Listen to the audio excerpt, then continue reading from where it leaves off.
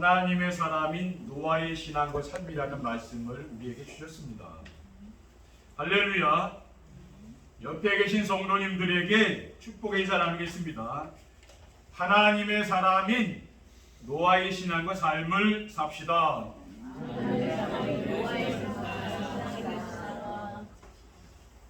지난 부활주일에는 부활하신 예수 그리스도께서 성도에게 주신 사명이라는 말씀을 주신 하나님께서 금주에는 하나님의 사람인 노아의 신앙과 삶이라는 말씀을 우리에게 주셨습니다.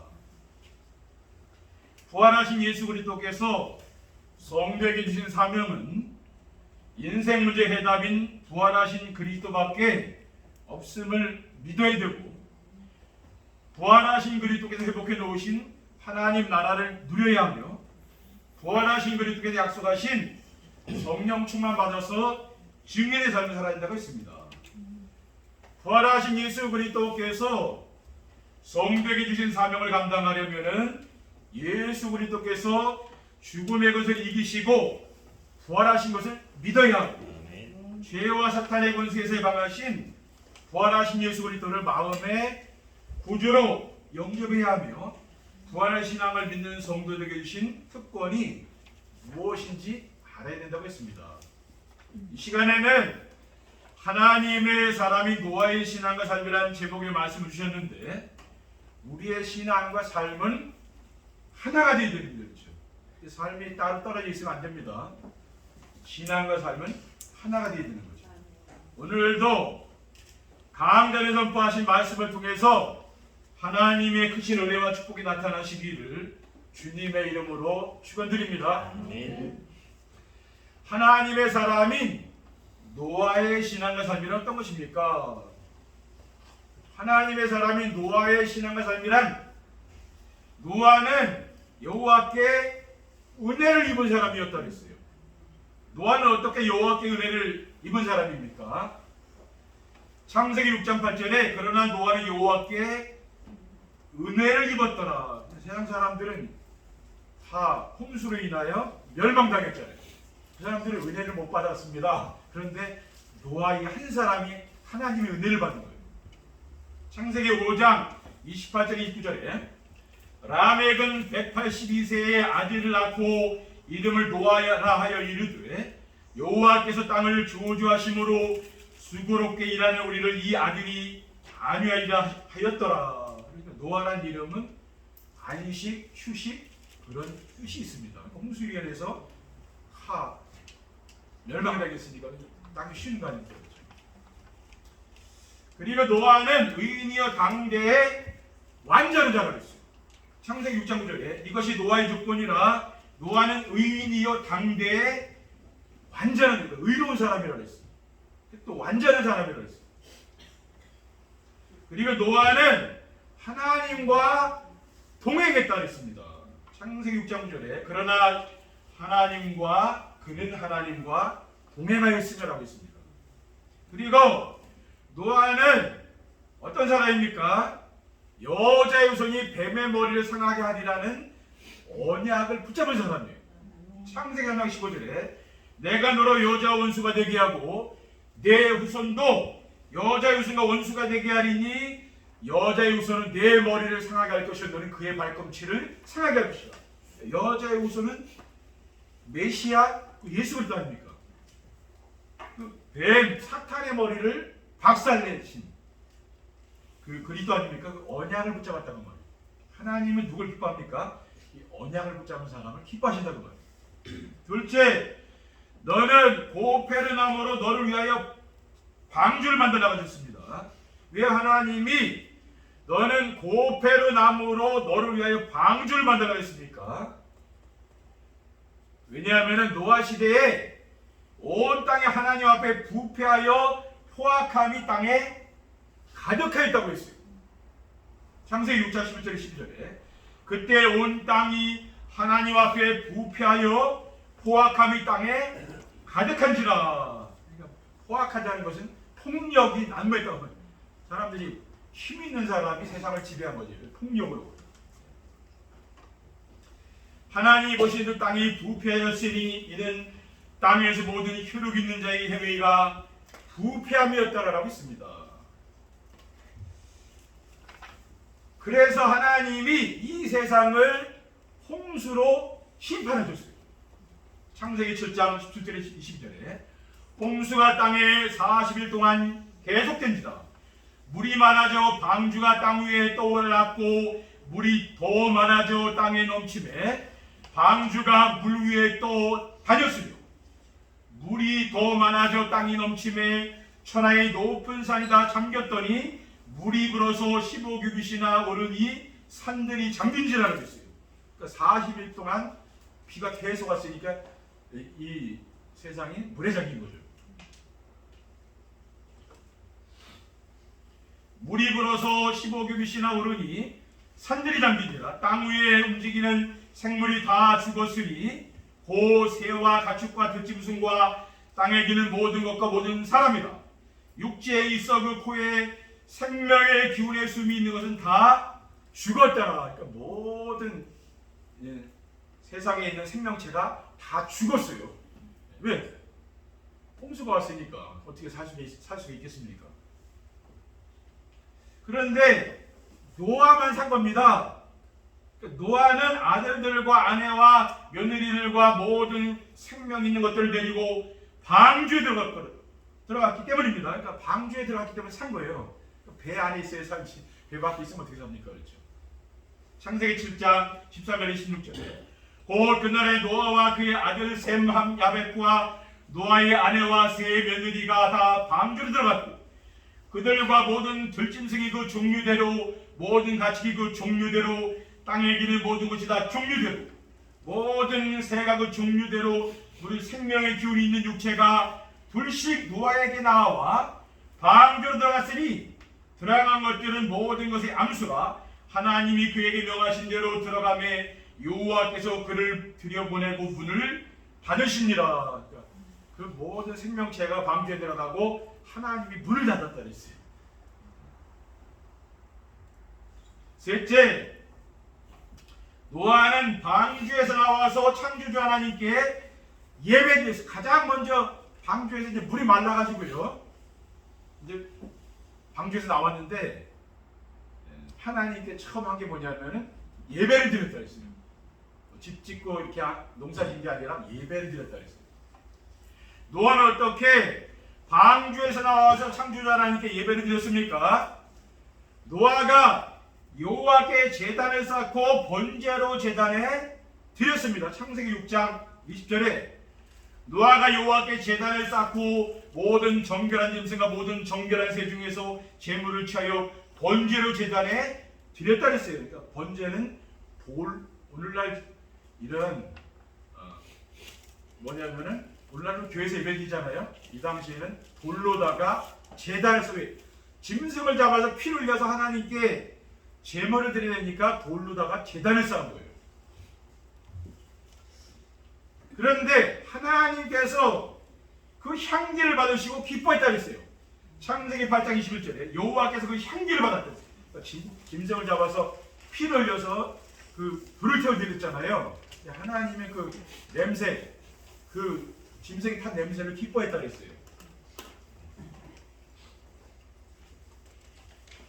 레위기 1장 3절에 4절에 그 예물이 소의 번제이면 흠없는 수컷으로 회막문에서 여호와 앞에 기쁘게 받으시도록 드릴지니라. 그는 번제물의 머리에 안수할지니 그를 위하여 기쁘게 받으심이 되어 그를 위하여 속죄가 될 것입니다. 그러니까 우리 인간의 죄를 속하기 위해서 짐승을 잡아서 구약 시대에는 하나님께 제물을 드립니다. 하나님이 기뻐 받으셨다. 그 제물을 그 제물이 뭡니까? 그 예수 그리스도 아니고 그렇죠. 예수 그리스도께서 우리의 죄를 위해 십자가에서 제물이 돌아가신 거 아닙니까?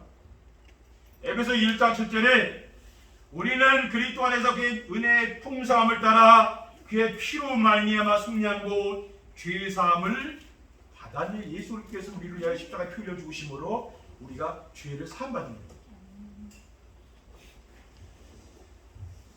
그리고 내가 다시는 사람으로 말미암아 땅을 저주하지 아니하리라고 했습니다. 창세기 8장 21절에 그 중심에 이르신 하나님이 그 마음에 마음 중심에 생각을 하신 거예요. 그러니까 노아가 드리는 그 예배를 받으시고 기뻐해서 하나님 마음이 이제 바뀌었다는 거예요. 그러니까 하나님은 뭘 기뻐하시냐면은 우리가 세상에서 뭐 열심히 살고 해야 되지만은 주일날 이렇게 시간 구별을 하나님께 예배 드리는 걸 기뻐한다는 거예요. 그 시간에 하나님이 뭡니까?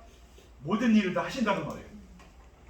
창세기 8장 21절에 그 중심에 이르시되 내가 다시는 사람으로 말미암아 땅을 저주하지 아니하리니 이는 사람의 마음이 계획하는 바가 어려서부터 악합니다. 내가 전에 행하던 것 같이 모든 생물을 다시 멸하지 아니하리라 했어요. 사람의 계획하는 바가 악하다. 사람이 뭐 선한 것 같아도 사람 속에 선한 게 없는 겁니다. 악한 겁니다. 인간은요. 세상 사람도 뭐 악독이 가득하잖아요. 미움, 뭐 지움, 분노가 가득하겠습니다. 세상의 문제가 그래서 오는 거 아닙니까? 하나님 뭡니까? 이 땅을 저주하지 않겠다 그랬어요. 이러한 축복을 드시기 바랍니다. 하나님의 사람인 노아의 신앙과 삶을 살려면 어떻게 하면 됩니까? 하나님의 사람인 노아의 신앙과 삶을 살려면 그리스도의 비밀을 깨닫고 그리스도가 오직 되어야 됩니다. 왜 그리스도의 비밀을 깨닫고 그리스도가 오직 되어야 됩니까? 이 세상의 문제는 우주 만물을 지으시고 다스리시는 창조주 하나님을 떠나서 시작됐기 때문에 세상의 모든 문제는 하나님을 떠나서 왔다는 말이에요. 로마서 1장 20절 23절에 창세로부터 그의 보이지 아니하는 것들 곧 그의 영원하신 능력과 신성이 그가 만드신 만물에 분명히 보여 알려졌나니 그러므로 그들이 핑계하지 못할지니라. 세상 사람들도 자연을 보면 아름답다고 하잖아요. 하나님이 하나님을 알만한 것을 이 우주 만물에 두었다는 거예요. 하나님을 알되 하나님을 영화롭게도 아니하며 감사하지도 아니하고 오히려 그 생각이 허망하여지며 미련한 마음이 어두워졌나니 스스로 지혜 있다나 어리석게 되어 썩어지지 아니하는 하나님의 영광을 썩어질 사람과 새와 짐승과 기어다니는 동물 모양의 우상으로 바꿨느니라. 그러니까 하나님을 섬겨야 되는 인간이 하나님을 떠나서 자꾸 우상을 섬긴다. 그러니까 세상에는 자꾸만 재앙이 올 수밖에 없는 거예요. 그리고 인생 문제 해답은 인간의 생사복을 주관하시는 창조자 하나님을 만나야만 해결됩니다. 하나님을 만나야지 다른 것으로는 인생 문제 해결 안 됩니다. 여리고의 세리장이요 부자인 삭개오가 예수님께서 자기 집 앞으로 지나간다는 소식을 듣고 키가 작은 사람이라 돌 무화과 나무에 올라가서 예수님을 영접했어요. 네, 키가 작으니까 사람이 많으니까 여기 무화과 나무에 올라가서 예수님이 삭개오를 알아보고 부른 거죠. 그렇지? 삭개오야 내가 오늘 네 집에 유하야겠다 했어요. 그래서 삭개오가 예수님을 마음에 영접한 겁니다. 누가복음 19장 8절에 보전에 삭개오가 서서 주께 여짜오되 주여 보시옵소서 내 소유의 절반을 가난한 자들에게 주겠사오며 만일 누구의 것을 추가 빼앗은 일이 있으면 네 갑절이나 갚겠나이다. 예수께서 이르시되 오늘 구원이 이 집에 이르렀으니 이 사람도 아브라함의 자손임이로다라고 했습니다. 그러니까 삭개오는 뭡니까? 예수님 만나 자기 인생이 바뀐 거예요. 그러니까 세리라든가 뭐 이런 창기라든가 완전 주인입니다. 그 당시에 사람 취급 못 받는 사람이에요. 그런데 뭡니까? 예수님 만나고 완전히 뭡니까? 그러니까 뭐 자기 소유의 절반을 가난한 자에게 주겠다 그러잖아요. 그러니까 불이한 소득으로 이렇게 재물을 얻은 거 아니에요? 세리들이 옛날에. 예? 그러니까 백성들이 세리를 인간 취급 안 했다니까요. 근데 이 사람이 예수님 만나 자기 인생이 완전히 바뀐 거예요.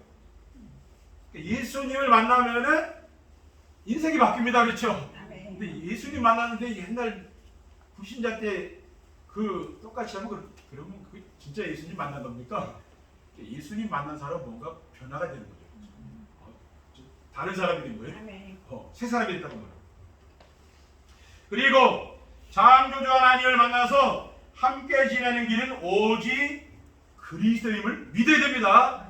요한복음 14장 6절에 내하고 길이요 진리요 생명이니 나로 말미암지 않고는 아버지께 볼 자가 없느니라라고 있어요.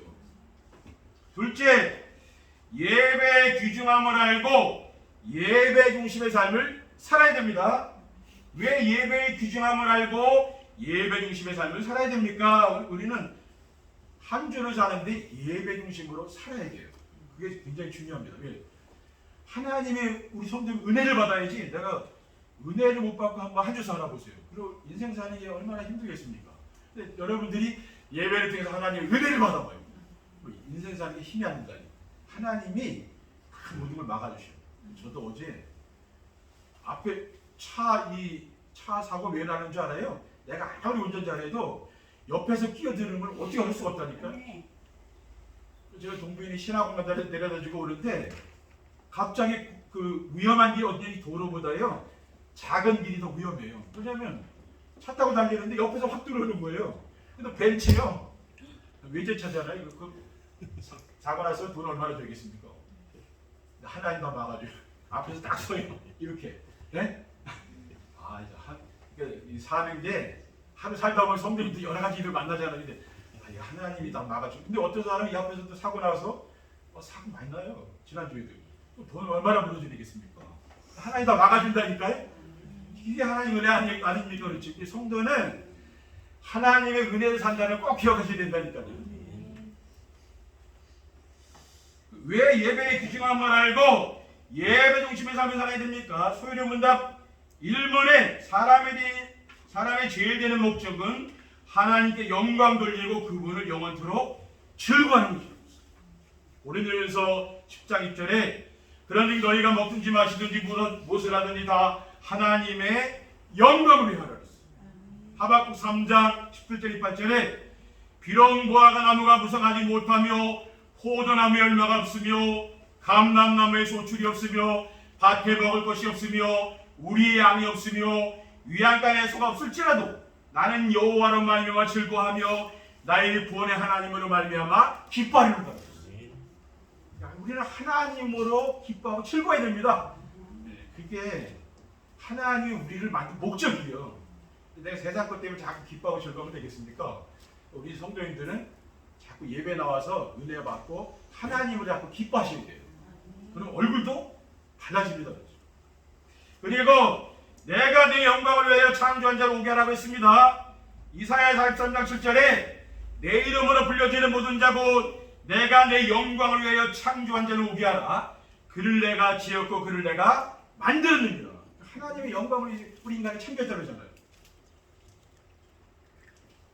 그리고 이 백성은 내가 나를 위하여 지었나니 나를 찬송하게 하려 함이라고 했습니다. 이사야 43장 21절에 이 백성은 내가 나를 위하여 지었나니 나를 찬송하게 하리라.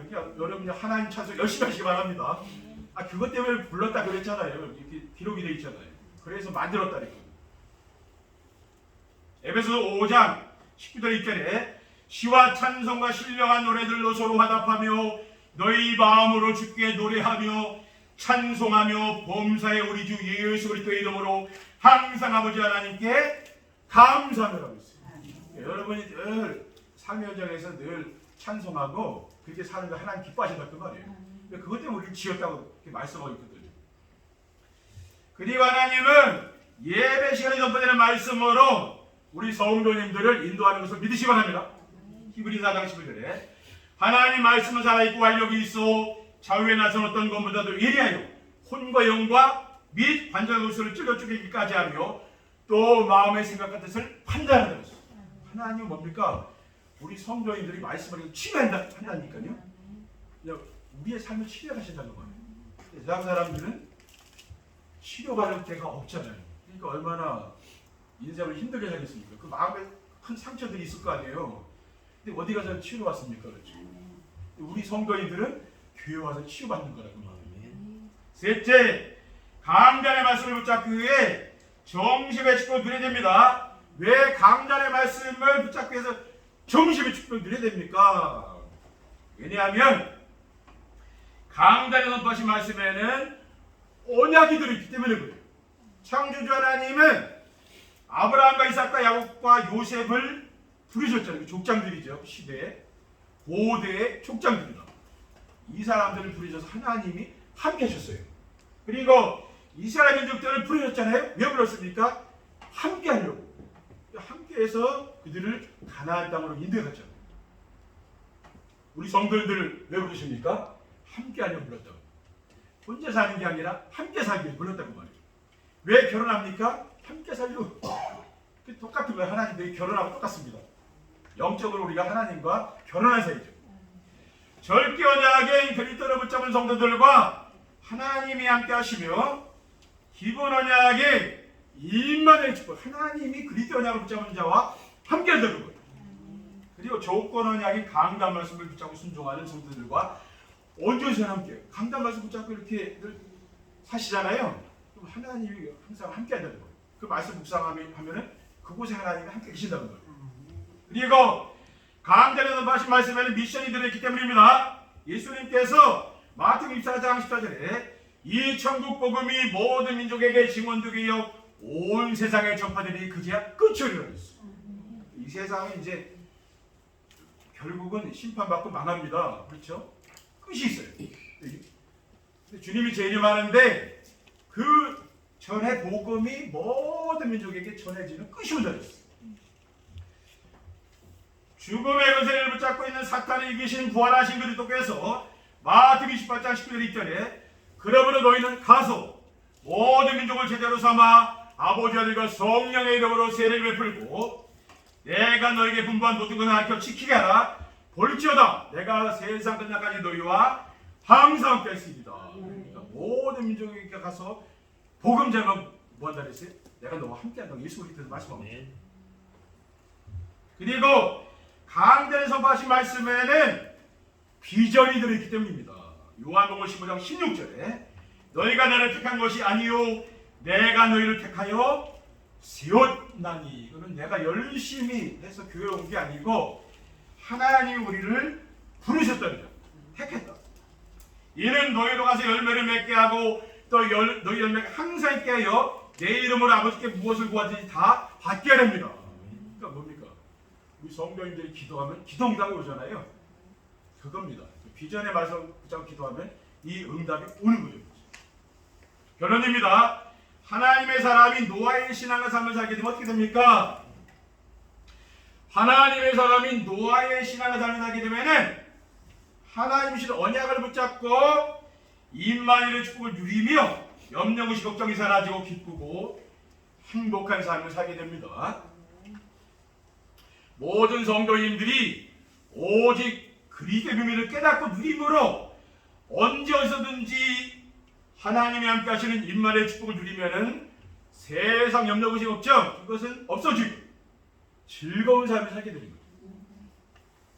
둘째, 하나님의 사람인 노아의 신앙의 삶을 살게 되면 하나님 주신 미션을 순종하여 나중심, 물질중심, 성공중심의 가치관이 바뀌어 평안과 감사가 넘치는 삶이 됩니다. 성도님들이 예배 중심의 삶을 살면 예배 시간에 받은 말씀에 순종하여 자신의 인생관이 바뀌어요. 그러니까 우리 성도님들이 강화언약교회 내가 봤는데 인생관이 바뀌었다 이게 딱 돼야 돼. 그게 제자입니다. 아, 난 목사님 만나서 내 인생이 바뀌었다 이게 돼야 돼. 왜냐? 이 말씀에 순종하며 따라가니까 내 인생이 옛날에 내가 이런 인간이 아니었는데 이렇게 내가 착한 사람이 되고 내 인생이 바뀌었네. 그래 되면 됩니다. 그런 사람이 돼. 그러면 하나님 나라를 누리게 되어서 감사와 찬양이 가득한 삶이 되는 줄 믿으시기 바랍니다. 마지막으로 하나님의 사람인 노아의 신앙을 살면 하나님 주신 비전을 붙잡고 기도하여 응답받아서 누림으로 삶의 현장에서 전도가 되어집니다. 성도님들이 하나님 우리에게 주신 언약의 말씀을 붙잡고 미션을 순종하며 살면 열매로 나오는 게 비전이라고 했어요. 그러면 어떻게 됩니까? 오직 복음으로 행복한 삶을 살게 됩니다. 세상 것으로 행복한 게 아니고 불신자. 우리는 오직 복음으로 행복한 삶을 살게 됩니다. 그러면은 주변 사람들에게 내가 뭡니까? 행복을 나눠주게 되잖아요. 그겁니다. 그러면은 전도가 되게 돼 있습니다. 세상 사람들이 뭡니까? 나를 보고서 나도 하나님 믿어야 되겠다 이런 생각을 하게 됩니다. 그렇죠? 이러한 성도님들이 다 되시기를 주님의 이름으로 축원드립니다. 기도드리겠습니다. 사랑의 하나님 감사합니다. 오늘 노아의 신앙과 삶을 살아갈 수 있도록 저희들을 인도해 주신 것을 감사를 드립니다. 하나님 아버지께서 우리 성도님들 가정과 산업을 축복해 주셔서 노아가 누렸던 그러한 경제 축복을 누릴 수 있도록 성령께서 인도해 주시고 하나님의 그 은혜를 체험할 수 있도록 축복해 주시옵소서. 우리 구주 예수 그리스도 이름으로 기도합니다. 아멘.